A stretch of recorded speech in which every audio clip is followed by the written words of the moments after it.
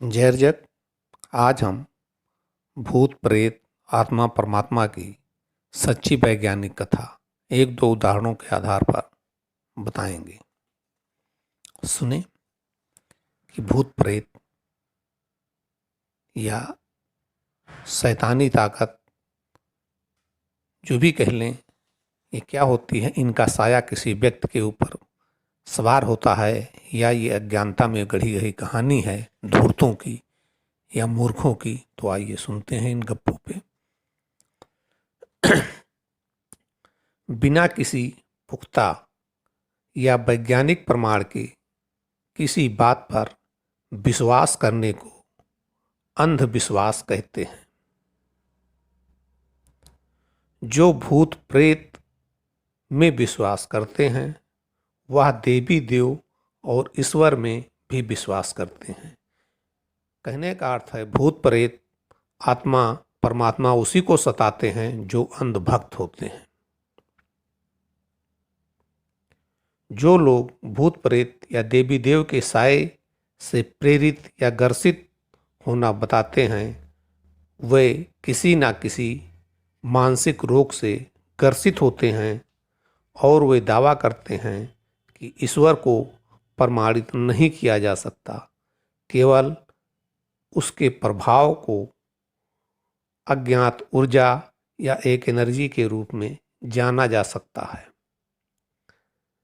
इसे जानकर अनुभव किया जा सकता है लेकिन साबित नहीं। यानी ये उसी तरह का झूठ है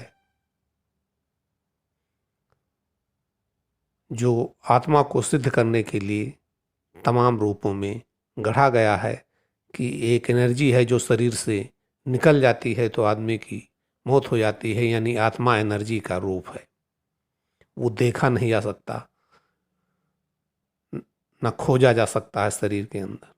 तो भैया जब न देखा जा सकता न खोजा जा सकता है तो एक विशेष धर्म के लोग ही, जैसे हिंदू हैं, तो वो उन्हीं को सताते हैं और भूत प्रेत उन्हीं को आते हैं जिस भूत प्रेत का वो नाम सुने होते हैं। यानी हिंदुओं के भूत प्रेत मुसलमान को नहीं आते हैं और ये देश से बाहर भी नहीं जाते हैं। यानी इसी देश में ही आतंक मचाएंगे जिसको आप जानते हैं। तो भैया जानो ही ना, इन्हें भूल जाओ, न विश्वास करो और न भूत प्रेत तुम्हें घेरेंगे। यानी ये मानसिक रोग है जिसको लोग, मानसिक रोगी क्या होता है, वो किसी बात को मानता नहीं, अपनी ही धुने रहता है। तो यही है कि भूत प्रेत वाले भी ऐसा करते हैं, खाली अपनी धुने रहते हैं। यही है सबसे बड़ा केम का लोचा यानी रोग। यह प्रेम रोग की तरह है जो दिखाई नहीं देता पर धूर्तता की पूरी कहानी को प्रेम और ध्यान के नाम पर छिपाया जाता है। खग जाने खगे की भाषा। यानी ओझा स्वखा मूर्ख अज्ञानी जो अनपढ़ गंवार होते हैं वही भूत प्रेत को ही जान सकते हैं, पढ़ा लिखा व्यक्ति नहीं जान सकता है क्योंकि वो वैज्ञानिक तर्क करेगा। यानी विज्ञान से इसका वास्ता नहीं है, ये इसका वास्ता भूत प्रेत देवी देव का मूर्खों से है और धूर्तों से है। मतलब मूर्ख नहीं होंगे तो उसकी धूर्तता की दुकान नहीं चलेगी और धूर्तता की दुकान के लिए उसने मूर्ख इकट्ठा कर रखे हैं जिनको भूत प्रेत आते हैं। अब आपको हम यहाँ एक सच्ची घटना बताते हैं जो हमारे आंखों देखी है। हमारे पिताजी के एक मौसी के लड़के थे। आपको हम घटना सीरियल वाइज आप चाहे तो पुष्ट कर लें। जो अयोध्या के ग्राम गौहनिया जो थाना पूरा कलंदर में पड़ता है, तो पिताजी के मौसी के लड़के थे तो वो हम लोग काका कहते थे। उनको टेटनस हो गया। टेटनस को हिंदी में कहते हैं धनुष टंकार। यानी धनुष की तरह एकदम शरीर ऐंठ जाता है, ढीला हो जाता है और उसके बाद फिर वो टाइट होता है तो आदमी सटक करके एक इलास्टिक की तरह से वो नीचे गिर जाते थे। तो पिताजी के जो ननिहाल था वो पूरा कलंदर थाने में ही चांदपुर एक गांव है, चांदपुर कैल के नाम से बोलते हैं। वहाँ एक ओझा थे, वो भी कुर्मी थे, अनपढ़ है गंवार, जैसा हमने बताया कि ये पढ़े लिखों का खेल नहीं है, अनपढ़ों का खेल है। तो वो भी कुर्मी थे और वो एक संसा लिए रहते थे और उसी से भयंकर पीटते थे। तो लोगों की, औरतों का बाल पकड़ करके, तो उनके भूत प्रेत उस डर के मारे मार के आगे अपने आप, नहीं जा रही है कि नहीं जा रही है, जा रही कि नहीं जा रही, चले जाते थे।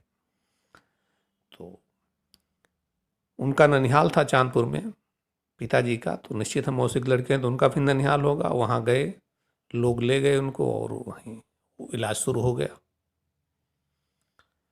ये बात जब पिताजी को मालूम हुई तो पिताजी भी गए और देखा कि वो उनको, तब हम ख्याल से कक्षा 4 वार में पढ़ते रहे होंगे। यानी कहने का मतलब कि ये घटना आज से 45-50 साल पहले की है। तो वहाँ गए, एक चारपाई पर वो लेटे थे और वो वही संसा लिए, उनको बोल जाएगा कि नहीं जाएगा ये वो लगाए हुए था, वही जो अपना ओझा वाले कहते हैं। पिताजी ने देखा कि वो उसी लेटे लेटे उनको वो झटका आ गया, धनुष टंकार जिसको बोलते हैं, शरीर एकदम ढीला हुआ और वो पलट गए तो चारपाई से नीचे गिर गए। पिताजी चूंकि अस्पताल आते जाते थे, उस समय डॉक्टरी सीख रहे थे, तो उन्होंने उसको बहुत गाली वाली दिया और उनको ले जा करके फैजाबाद जिला अस्पताल में भर्ती कराया और इलाज चला। बहरहाल वो टेटनस रोग से ठीक हो गए। तो पहली बार उसी समय टेटनस बीमारी को भी हमने जाना और टेटनस के टीके आज के 50 साल पहले भी पिताजी सबको अगर कहीं कुछ लग वग जाता था लोहा लक्कड़ तो लगवा भी देते थे।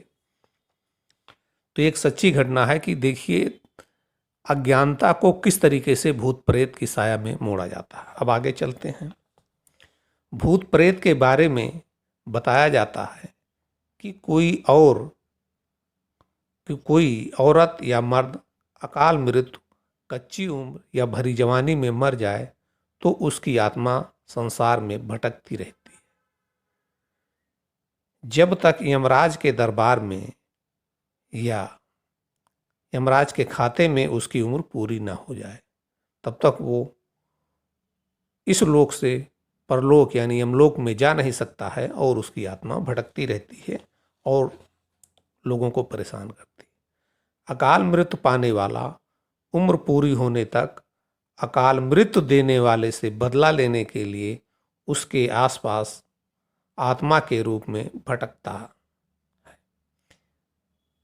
ऐसी अफवाहें सुनाई जाती हैं जो लोग जिससे गुमराह होते हैं। यह देखा गया है जो लोग भूत प्रेत में विश्वास करते हैं वह देवी देव ईश्वर में भी विश्वास करते हैं, यानी वो काल्पनिक कहानियों के आदि होते हैं विश्वास करने के उसमें। यदि आप अंधविश्वास अर्थात देवी देव में विश्वास और धर्म में धार्मिक कथाओं में विश्वास छोड़कर नास्तिक या अनिश्वरवादी बन जाएं तो आपको भूत प्रेत देवी देव नहीं आएंगे, ना ये शैतानी ताकतें। यानी आप जब उस चीज़ को विश्वास ही नहीं करेंगे तो आप पे कैसे आएंगे। यही कारण है कि हिंदू के देवी देव मुसलमान को नहीं आते हैं। आप ऐसे समझ लीजिए कि यहाँ तमाम हिंदू हैं, भक्त थे, मुसलमान आए, मंदिरों को लूटा, लोगों को काटा, लेकिन उनको भूत प्रेत नहीं लगा। फिर अंग्रेज आए, उन्होंने मुसलमानों को भी काटा, हिंदुओं को भी काटा, उनके देवी देव मंदिरों को भी तोड़ा, उनकी मज़ारों को भी तोड़ा, लेकिन किसी अंग्रेज को ये भूत प्रेत बन के नहीं परेशान किए। मतलब अंग्रेज ना तो इस्लाम में विश्वास करते थे, ना हिंदुओं की देवी देवता न में विश्वास करते थे, इसलिए उनको ये टोटल कहानी काल्पनिक विश्वास पर निर्भर है भूत प्रेत की। और अज्ञानी लोग तरह तरह के कुतर्क देते हैं कि भाई जब यह है नहीं तो बताइए आदमी पैदा कैसे हो जाता है। अब आदमी को पैदा होने की आम कहानी मालूम नहीं, जीव कैसे आ जाता है और फिर वो जीव कैसे निकल जाता है, किसी ने इसको देखा नहीं। तो ये अनुभव करने की चीज़ है, यानी मूर्खों की बात है, पढ़े लिखे विद्वानों की नहीं, वैज्ञानिक स्तर की सोच की नहीं। आप मूर्खता छोड़ दें, आप धर्म छोड़ दें, देवी देवता छोड़ दें, आपको भूत प्रेत होता छोड़ देंगे। तो आइए आपसे अनुरोध करते हैं कि आप ज्ञानी बनो, विज्ञानी बनो, क्योंकि ज्ञान विज्ञान, ज्ञान बचाए जान, यानी ज्ञान से ही आपकी जान बच सकती है। अर्जक ट्रस्ट बसंत वर्मा की जननांग और कोकसास पुस्तक जरूर पढ़ें। उसमें जीव कैसे आता है और जीव कैसे मरता है, ये बात बहुत स्पष्ट तरीके से समझाई गई है।